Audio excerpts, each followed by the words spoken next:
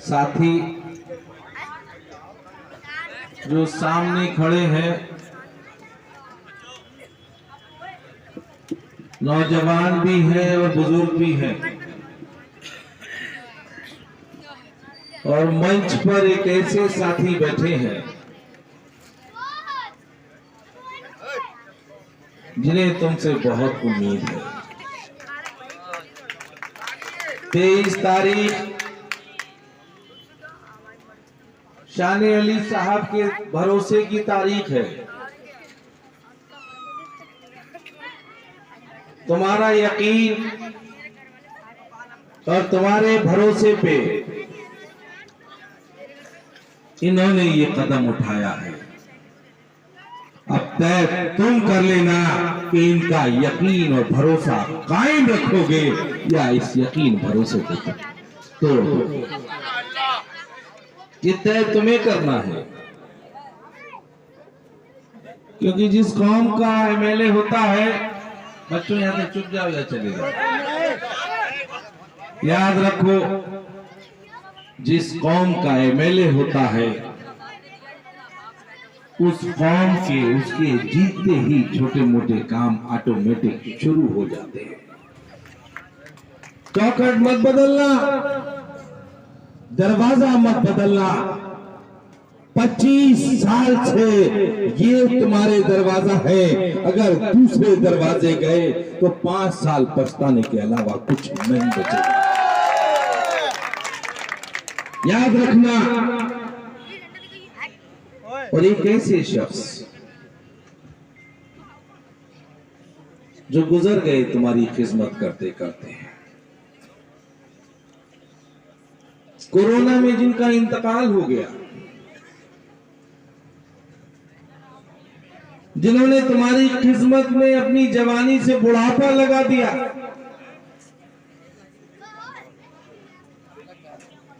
कितनी परेशानियां आई होंगी ये शायद तुम नहीं मालूम होगा तुमको कि हम भी सियासत करते हैं। एक अच्छा नेता अपनी जिंदगी का सबसे कीमती चीज जो पब्लिक को देता है, उस चीज का नाम है वक्त। हमने भी अपने जो कीमती वक्त जो हम विदेशों में काट सकते थे, अपने इलाके की मजबूत आवाज बनने में खर्च किया। हाजी रियाज साहब उम्र में हमसे बहुत बड़े थे, लेकिन 5 बार का एमएलए बन जाना ये साबित करता है कि किस हद तक उन्हें तुम्हारी खिदमत करने का जुनून होगा। दाढ़ी और टोपी रखना आसान काम नहीं होता है। तमिलनाडु और कर्नाटक और बॉम्बे में जब शख्स जाता है तब उसकी पहचान सामने से हो जाती है दाढ़ी और टोपी वाले की। दाढ़ी और टोपी का मतलब होता है कि वो अपनी कौम से कितना प्यार करता है। नारा चाहे ना लगाऊं मेरा, मैं तुम्हें समझाने आया हूं। मैं अपनी जिंदगी में बहुत मजबूत आवाज बनता हूं तुम्हारी, बहुत बड़े बड़े पहाड़ों से लड़ता हूं, सरकारों से लड़ता हूं। अगर मैं रियाज साहब के लिए, मरहूम रियाज साहब के लिए आया हूं, तो आज उनकी रूह मुझे देख भी रही होगी और खुश भी हो रही होगी। तुम्हारे मजहब ने तुम्हें यह नहीं सिखाया है कि एहसान का बदला एहसान से ना दो।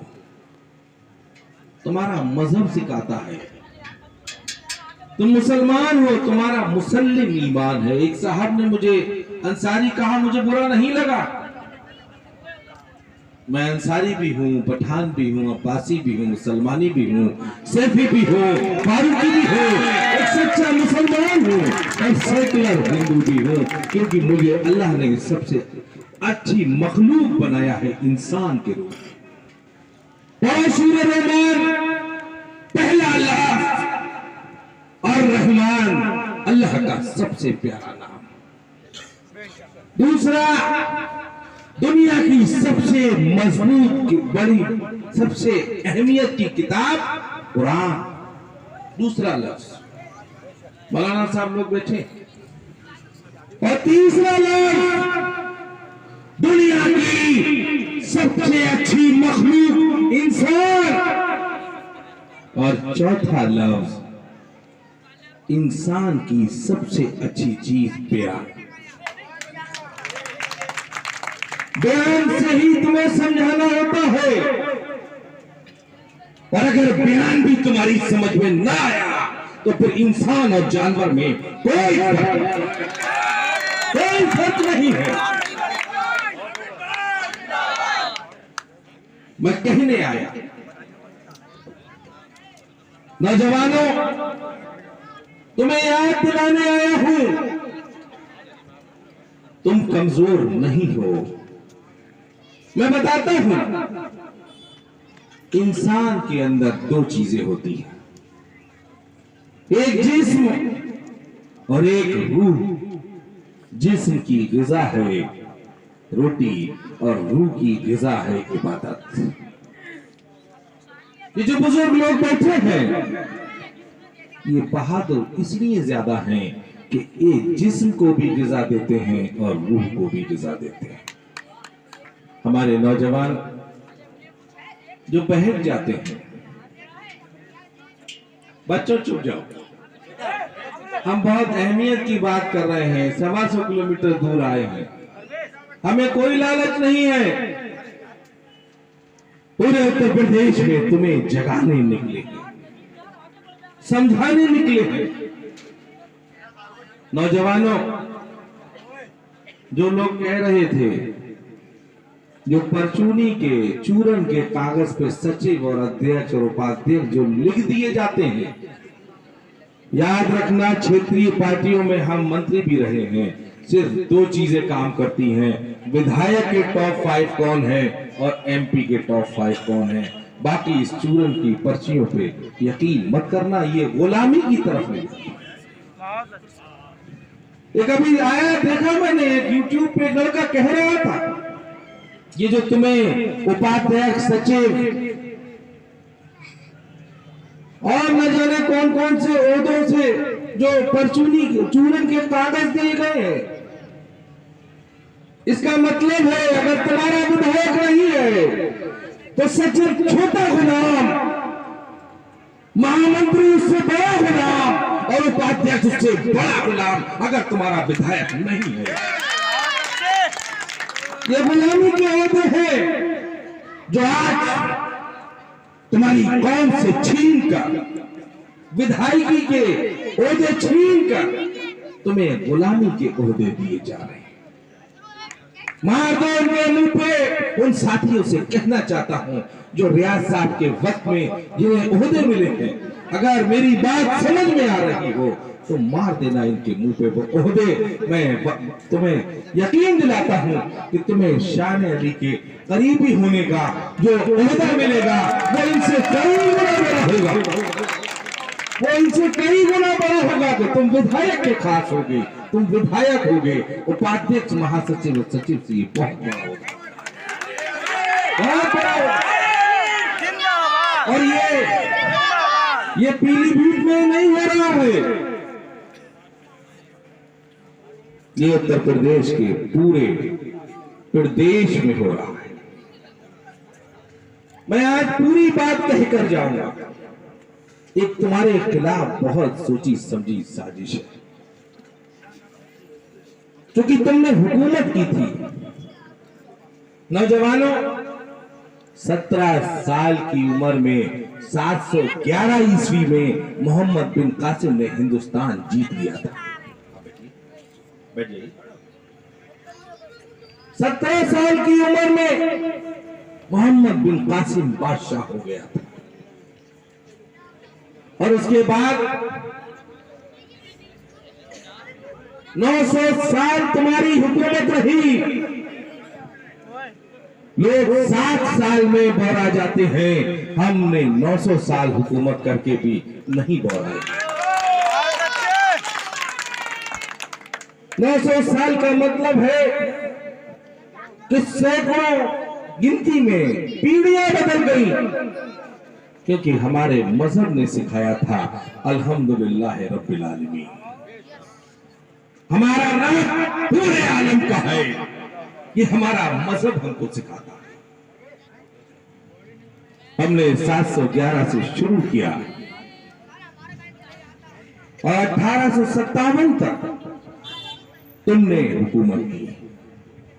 वफादारी का आलम ये और हिम्मत का आलम ये और बहादुरी का आलम ये कि बूढ़ा बादशाह तुम्हारा बहादुर अली शाह जफर, जिस वक्त में अंग्रेजों की हुकूमत पेट बना चुकी थी हिंदुस्तान के अंदर, उसको जब उसके दो बेटों के सिर सीनी में रख के कपड़ा ढक के अंग्रेजों ने तोहफे में भेजे, और जब देखा बहादुर अली शाह जफर एक बूढ़े बादशाह, तो जब कपड़ा हटाया अंग्रेजों ने और जब उस शख्स ने अपने बेटों का सिर देखे, दो बेटों के, अंदाजा लगाओ क्या हाल हुआ होगा। लेकिन उस वक्त के बादशाह की हिम्मत का तुम्हें अंदाजा लगाना मुश्किल है।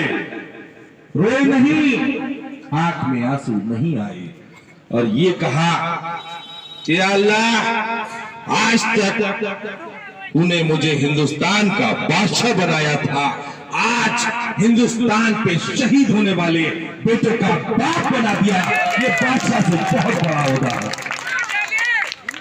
बहुत बड़ा है, क्योंकि तीन चीजों के लिए लड़ा, एक वतन, एक हक और एक इज्जत। एक किस्सा मुझे तुम्हें इसलिए सुनाना कि लोगों ने किस तरह से तुम्हारे खिलाफ साजिश की है। तुम्हें ये जानते हैं कि तुम हुकूमत करने वाली कौम रहे हो। 1857 में देश गुलाम हुआ, 1947 तक सबने मिलकर लड़ाइयां लड़ी और तुमने हिंदुस्तान नहीं छोड़ा। बाई चॉइस हिंदुस्तान को चुना, अपने वतन को चुना, ताजमहल को चुना, कुतुब मीनार को चुना, दिल्ली की जामा मस्जिद को चुना, अपने माँ बाप की कब्रों को चुना और हिंदुस्तान में रहे। और उस वक्त ये यकीन दिलाया गया, उस वक्त के नेताओं ने ये यकीन दिलाया कि जो मुसलमान इस हिंदुस्तान में रहेंगे उनके साथ नाइंसाफी नहीं होगी, उन्हें बराबर का दर्जा दिया जाए। लोग माने। मौलाना अबुल कलाम साहब ने जामा मस्जिद के गेट पे तकरीर की और कहा कि गांधी जी ने यकीन दिलाया है, वतन छोड़ के मत जाओ। आज जो मुसलमान हिंदुस्तान में हैं, वो कहीं ना कहीं मजहब के वास्ते से रहे। तुम्हारे मजहब ने सिखाया कि वतन से मोहब्बत करो। देश आजाद हुआ और हल्के हल्के तुम्हारी कौम पे बड़ी मजबूत नजर थी, पार्टियां बनी और पार्टियों ने हल्के हल्के तुम्हें कमजोर करना शुरू किया। पैसे के एतबार से, नौकरी के एतबार से, रोजगार के एतबार से, जहनी एतबार से हल्के हल्के तुम्हें सिलो पॉइजन देने के बाद तुम्हें कमजोर करना शुरू किया गया। 25 साल पहले ऐसी ही एक पार्टी बनी, समाजवादी पार्टी। मुझसे बेहतर नहीं जानते हो, वो साइकिल के दो पहिए हुए, एक साइकिल का पहिया मुलायम सिंह जी कहलाए और एक साइकिल का पहिया आजम खान साहब कहलाए। इन्हीं के कारनामों से जानते हो समाजवादी पार्टी को। जो ओहदेदार हैं समाजवादी पार्टी के, मैं उनसे पूछना चाहता, इन्हीं के तो कारनामों से जानते हो। देखो आज नई सपा बनी। मेरा सवाल है कि सपा तो पहले ही थी, आखिर नई सपा लिखने की जरूरत क्यों आनी पड़ी? हम बताते हैं, ये नई सपा जो बनी, इसमें साइकिल के जो तुम्हारे दो पहिए थे एक मुलायम सिंह जी और एक आजम खान साहब एक घर में कैद है और एक जेल में कैद है। ये नई सपा है, ये पुरानी सपा नहीं है। इस नई सपा में जो मुसलमानों को के खिलाफ ये बयान देता हो, जो शख्स सुनील सिंह जो योगी जी के शहर में रहता हो, गोरखपुर का रहने वाला हो, हिंदू वाहिनी का प्रदेश अध्यक्ष हो, जो ये बयान देता है कि मुसलमानों की लड़कियों को कब्र से निकाल के उनके साथ बलात्कार करो, ऐसा सुनील सिंह आज नई सपा के नेताओं के बराबर वाली कुर्सी पर बैठा। मैंने कहा था अमरिया में आज की तारीख में मुसलमानों को सिपाही बनना मुश्किल है, दरोगा बनना मुश्किल है, कोतवाल उससे भी मुश्किल है और सीओ बनना उससे भी मुश्किल है। हम हुकूमत में हुआ करते थे और ज़ियाउल हक सीओ की जिस शख्स ने हत्या की, आज इस नई सपा ने उनके कातिल को घर से बुला के, जेल से बुला के टिकट देने का काम किया है। ये है नई सपा। 2012 में मैनिफेस्टो देखा था। जानते हो मैनिफेस्टो क्या होता है? जब कोई पार्टी चुनाव लड़ती है तो वायदा करती है कि हम में जब वोट दोगे तो हम तुम्हें बदले में सरकार बनने के बाद ये चीजें देंगे। 2012 का मैनिफेस्टो उठाओ और देखो। नौजवानों सुनो मेरी बात। उसमें कहा था कि सरकार बनने के बाद मुसलमानों को 18% आरक्षण दिया जाएगा। 2012 का मैनिफेस्टो उठा के देख लेना। 5 साल सरकार चली और तुम्हें आरक्षण नहीं दिया गया। और इस बार का जो मैनिफेस्टो जारी हुआ है उसमें मुसलमानों के लिए कोई आरक्षण की बात नहीं है, कोई तुम्हारे फायदे की बात नहीं है, बल्कि कारीगरों को 18,000 रुपए सालाना पेंशन देने के लिए कहा गया है। देखो ये नई सपा तुम्हें डेंटल बंदे देखना चाहती है, पेंटर, कारपेंटर और मिस्त्री और कारीगर बढ़ते देखना चाहती है। होना ये चाहिए था कि 22% मुसलमान जिसने सपा की पहचान बनाई, हुकूमतें बनाई, उनके लिए कॉलेज बनने चाहिए थे ताकि तुम्हारी कौम के बच्चे, तुम्हारी कौम के नौजवान डॉक्टर, इंजीनियर, डीएम, एसपी बनना काम करते। इसलिए साथियों याद रखना, अक्सरियत सच्चाई का सबूत नहीं होती। ये मैं नहीं कह रहा हूं,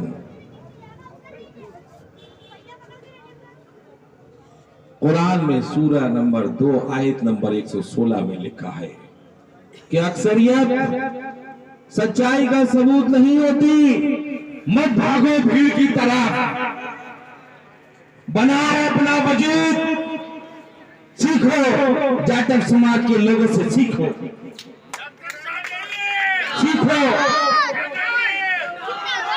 इनके प्रत्याशी को कोई वोट दे न दे, ये अपना वोट अपने नेता को देते हैं। ये वजूद जीतते हैं, जीत की परवाह नहीं करते। लेकिन मुसलमानों खासतौर से तुम सुनो, तुम वजूद छोड़ के जीत की तरफ भाग रहे हो। उत्तर प्रदेश में कहीं देखते हो कि बसपा जीत जाएगी, कहीं कांग्रेस जीत जाएगी, कहीं सपा जीत जाएगी। तुम जीत की तरफ भाग रहे हो। न तुम्हारे हिस्से में जीत आ रही है और न तुम्हारे हिस्से में वजूद आ रहा है। मुट्ठी बनो, संघर्ष करो, इकट्ठे हो, वजूद के लिए लड़ना सीखो। और मैं यकीन दिलाता हूं जिस दिन तुम वजूद के लिए लड़ने लगे, जीत तुम्हारे पैरों में अपना सर रख देगी। जिस दिन फजर के नमाजी और ईद के नमाजी एक हो गए, उस दिन तुम्हारा मुकाबला कोई नहीं कर सकता। तुम कमजोर इसलिए हो कि तुम नमाज नहीं पढ़ते, ईमान तुम्हारा कमजोर हो गया। अल्लाह से नहीं डरते, कोतवाल से डरते हो, एमएलए से डरते हो, मंत्री से डरते हो, चाहे हिंदू हो चाहे मुसलमान हो। अगर वो भगवान से और अल्लाह से डरना शुरू कर देगा तो वो उसूल की जिंदगी जीना शुरू कर देगा। ये नहीं करेगा कि कल तक जो लोग मरहूम रियाज साहब के साथी थे 2 दिन बाद वो साथी बदल जाएंगे। याद करो जंगे बदर 313 थे, 313 मुसलमानों याद रखो, 313 और सामने एक बड़ा लश्कर, 313 पर संधियां तलवारें नहीं थी और सामने तलवारें और घुड़सवार भी थे। 313 ने उसूल की लड़ाई लड़ना शुरू की और जिनकी हम उम्मत में हैं, जिनकी हम पैरों की धूल है, उन्होंने सजदा किया और या हय्यो या कय्यूम पढ़ा और कहा या अल्लाह अगर आज ही 313 शहीद हो गए तो तेरा नाम लेवा कोई नहीं बचेगा। गिनती के पीछे मत भागो, नियत तुम्हारी सच्चाई की तरफ होनी चाहिए, उसूल की तरफ होनी चाहिए, हक की तरफ होनी चाहिए, इंसाफ की तरफ होनी चाहिए। मैं यकीन दिलाता हूं अल्लाह तुम्हारा साथ देगा और जीत तुम्हारी होगी। अगर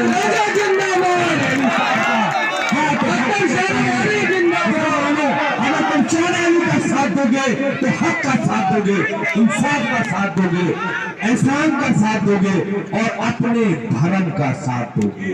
याद रखना, दरवाजा मत बदलना, चौखट मत बदलना। अपनी चौखट अपनी होती है, दूसरे की चौखट पे सिवाय गुलामी के कुछ और नहीं मिलेगा। अगर तुमने गलती की तो आगे आने वाले 5 साल तुम्हारी रजा की बात याद रखोगे, याद रखना। बहुत वक्त हो गया, इंशाअल्लाह जब शान अली साहब एमएलए होंगे तो इनके इस्तकबाल में आऊंगा, अगली तकरीर बाद में करूंगा। और मैं एक गणित भी बता के जाता हूं, ये 1,30,000 से 35,000 होगा। 65,000 दलित हो, 147 मेरे नहीं जानकारी, 65,000 दलित हो। जिस वक्त 2 लाख ही इकट्ठे हो जाओगे तो 50% भी वोट पड़ा तो 1 लाख से ज्यादा वोट पड़ा। और जो जीत रहा होता है 3 दिन पहले 10% एक फ्लोटिंग वोट होता है जो जीतने वाले के साथ जाता है। 10 से 15,000 वोट ऐसा होता है हर बिरादरी। और जाहिर सी बात है कि रियाज साहब अगर 5 बार इस इलाके से एमएलए रहे हैं तो हिंदू भाइयों की कोई बिरादरी ऐसी नहीं होगी जिसमें उनका दखल नहीं होगा। मगर उसके लिए अभी क्या दिन बाकी है? 4 दिन बाकी। इस 4 दिन के अंदर तुम्हें अपनी मुट्ठी बांध के दिखानी होगी। और जो लोग सचिव और उपाध्यक्ष हैं, मैं उनसे भी ये कहना चाहता हूं कि बहकावे में मत आओ। सरकार नहीं बन रही है, 120 से 30 सीटें समाजवादी पार्टी को से ज्यादा नहीं मिलेगी।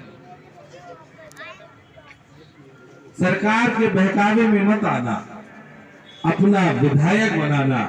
जो तुम्हारी ख्वाहिशें हैं ये शान अली साहब पूरी करेंगे। रियाज साहब से तुम्हारा पुराना रिश्ता है, ऐसा कोई काम मत करना। ये चुनाव 4 दिन बाद निकल जाएगा, लेकिन ओहदेदारों तक मेरा ये पैगाम पहुंचाना कि इस चुनाव के बाद जब गली में मोहल्ले में निकलोगे तो आईने में अपना चेहरा देख पाओ, ऐसा काम करना, ऐसा काम करना। इसी के साथ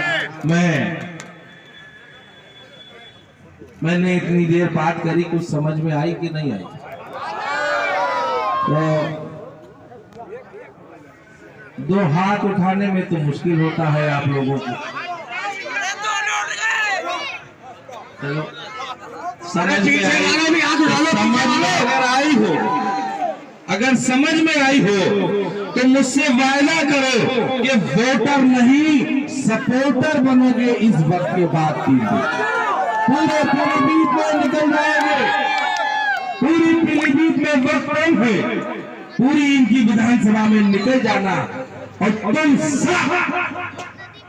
सारे नौजवान इस वक्त लेके 23 तारीख तक अपने आप को शान अली समझना और हर बुजुर्ग ऐसे मेहनत करना जैसे उनका बेटा चुनाव हो रहा है।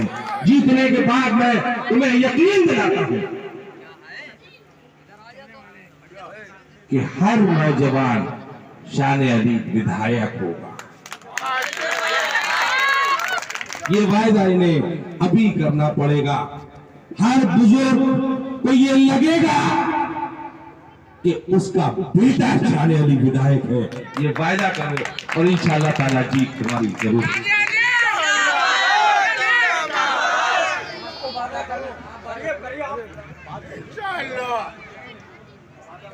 आप सब लोगों से जैसा आबिद भाई ने कह दिया, हमारे बड़े भाई हैं और मैं इंशाअल्लाह ताला मजबूती के साथ इस मंच से आप लोगों से वादा करता हूं, अगर अल्लाह ने मौका दिया, आप लोगों ने इज्जत दी, इंशाअल्लाह ताला आप लोग जैसा चाहिएगा वैसा मरहूम हाजी रियाज अहमद साहब से जितना विश्वास भरोसा करते थे, जितनी उनसे उम्मीदें करते थे, उससे ज्यादा उम्मीद, उससे ज्यादा भरोसा मुझ पे करने का पूरा काम है। बहुत बहुत